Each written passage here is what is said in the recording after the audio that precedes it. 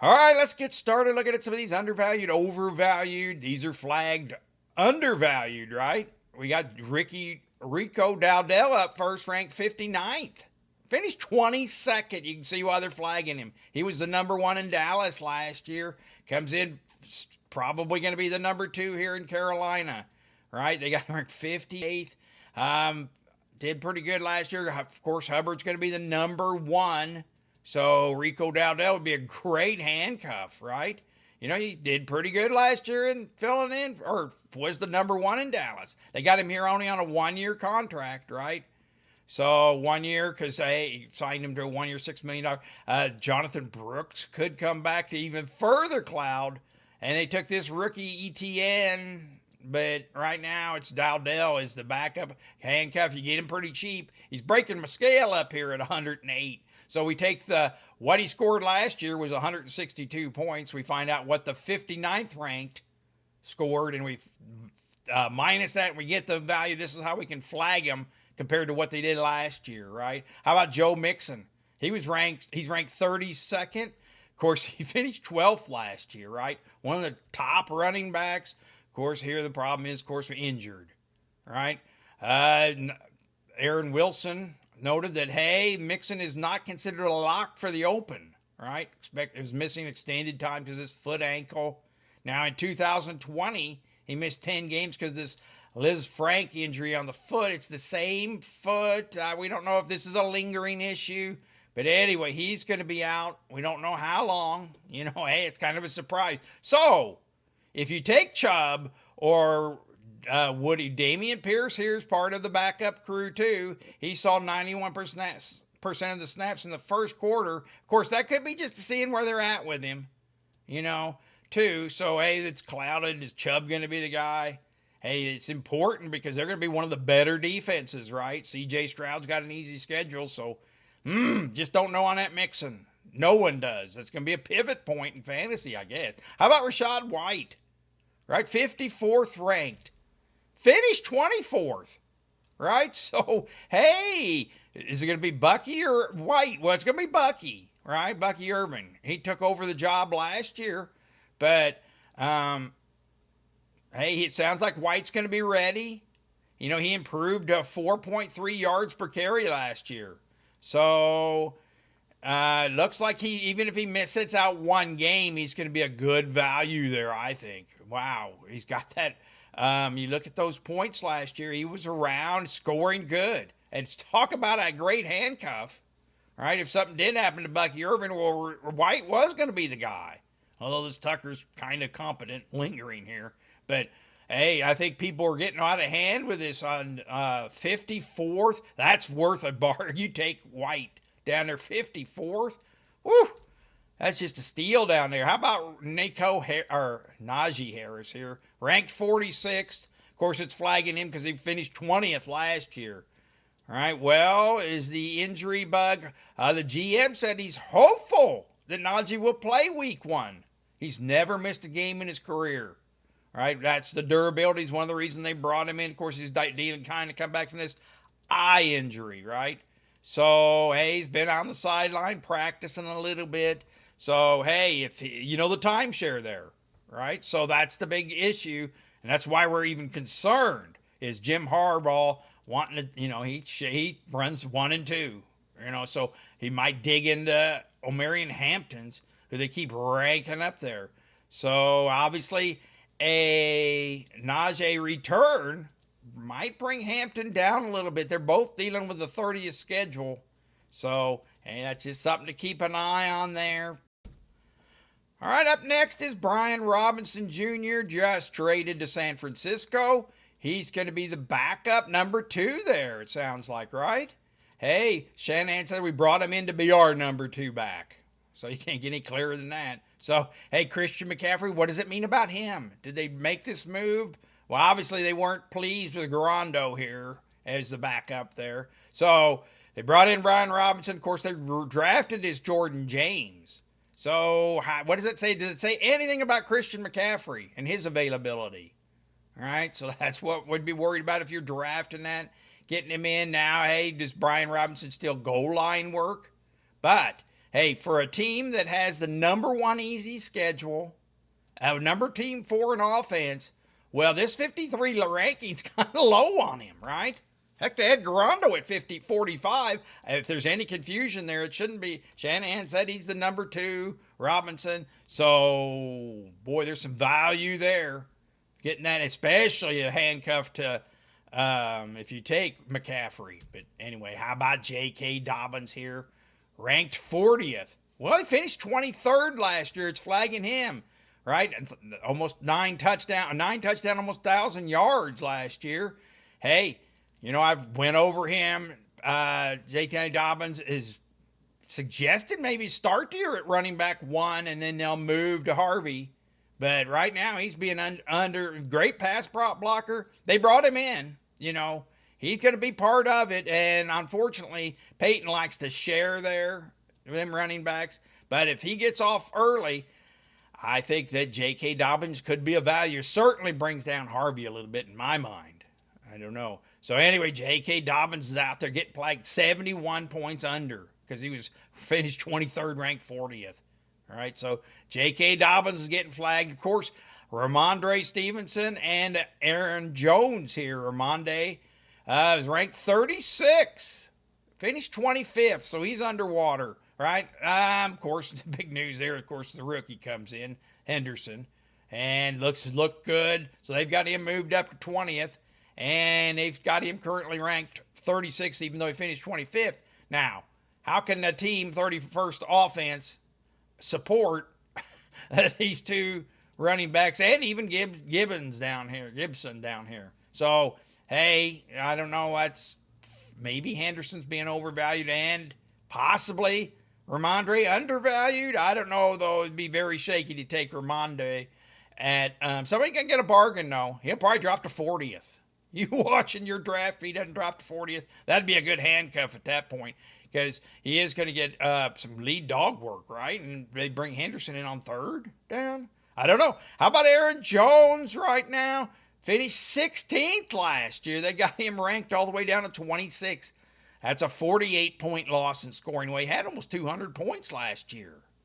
Right? Did very good. 1,000 yards rushing. So you don't know what to do, right? They bring in Jordan Mason, right? Jordan Mason comes in. He said he's going to be the biggest cheerleader, Aaron Jones said. I'm used to splitting. When you split, it raises both guys. So we can't expect him to get all the pieces of the pie like he did last year. Look at those. So, hey, be careful on Aaron Jones. He's coming down a little bit. They're going to be in a share with Jordan Mason. Boy, and this Avery Scott looked good, too, in preseason. It makes me worry about Ty Chandler, but I don't know. No one's going to take either of those with these top 2 guys here. Jordan Mason's currently ranked 29th. He finished 33rd. So, hey, Aaron Jones is dropping off. That's why it's flagging him. You just don't know. They're going to have one of the top offenses in Minnesota. If they let him go too deep, if he falls to 30th or something crazy, you get all over him. Right? Competent. They're a good scoring team, too. All right, hit that subscribe button as the season gets closer, our fantasy season. You want to be subscribed to get the latest. And give me a thumbs up. Give me a thumbs up. It really helps the channel. Thank you. All right, how about Barkley and Charbonnet here? Barkley finished 4th last year. They got him ranked, he's ranked 4th. He finished 1st, right? 2,000 yards. Can he redo it? They're getting him back ready to go again. Of course, he had that 482 touches, and no one's ever done good after getting that many touches. So that's why they're bringing him down, worried about him. I'm all over him. I like him. Good team. Good chance. Maybe he can repeat 2,000, be the first. How about Zach Charbonnet here? He's ranked 33rd. Finished 27th, so it's flagging him down a little bit. Hey, he probably gets some more action this year, right? Said, hey, Walker started all but 2 contests in 2023, and Charbonnet still got 108 carries then. And now Walker's out 6 games last year. Of course, Charbonnet moved up. So to shift to a run-heavy offense, it's going to be a run. Regardless, it's going to be run-heavy, right? Like he did. So run-heavy offense, he's going to be a part of that. Kenneth Walker, you just Just don't know the injuries, Hey, he's on his final year of his rookie contract, Walker, right? His foot soreness leaves it clouded. Long-term management on the foot. So Zach Charbonnet, I like him. And if you're getting him at 33rd, I like that pick. That's a very good pick way down there.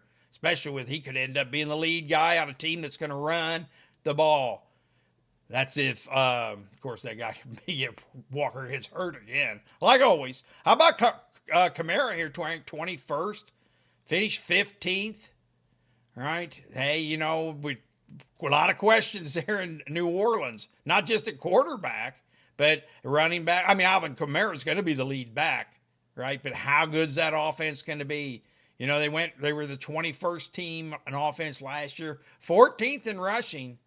Of course, we get question mark because Kellen Moore comes in as the new head coach, comes over from Philadelphia. So, all right, hey, he's currently being ranked 21st, finished 15th. Easy schedule. Hey, if he falls in your drafts, don't be scared to take Alvin Kamara. He's going to be a value pick there, I guess. How about Ray Davis? Ranked 51st, finished 35th. Gets in some action. Now, this one's, I think he's underranked, right? He even kicked an extra point the other day, right? Took advantage of Cook's absence in practice, got a lot of work. And hey, Cook held out a little bit there. And a lot of times people hold out, they get injured. All right, so Ray Davis would be a great pickup late on a great team. 9th in rushing, 10th team offense. Ray Davis here, 51st. Hey, if you're fishing down at the bottom, hey, that'd be a good person to take, especially if you got James Cook here, right? How about Algier? Yeah, he's ranked 55th, finished 39th. Boy, if you get a handcuff there, and getting kind of some value, right? 644. So he'll be the guy, right? If anything happens to Robinson. So great handcuff there. Hey, but we know that he's limited upside as long as Robinson's healthy. But hey, he's a great handcuff. Some of these down here. How about James Cook? Ranked 13th, finished 7th. Of course, they still got him down. He signed that $48 million deal, so he's in the house. Of course, holdouts can get hurt. We don't like that, but he'd been there. He's probably in shape. So, finished 7th last year on the 22nd amount of touches. Mr. Efficiency. Of course, that 16 touchdowns a help. Hey, not a lot going on there in Buffalo. You got Josh Allen, Mr. Superman. But after you got James Cook. If I was picking the top offensive players on the team, it'd be James Cook. And then, Shakir. He's been injured. He's always a slot man here. Keenan Coleman is going to come on. So, hey, not a lot on a top offense. James Cook is one of the top people there. All right, you got to like him. How about Josh Jacobs and Montgomery here? Josh Jacobs, 29 points down. Well, of course, they've got him ranked 7th, finished 5th. Boy, I'm really tempted to take Josh Jacobs this year. I like him. Of course, 18 schedule's not too bad. They were the number 5 team offense.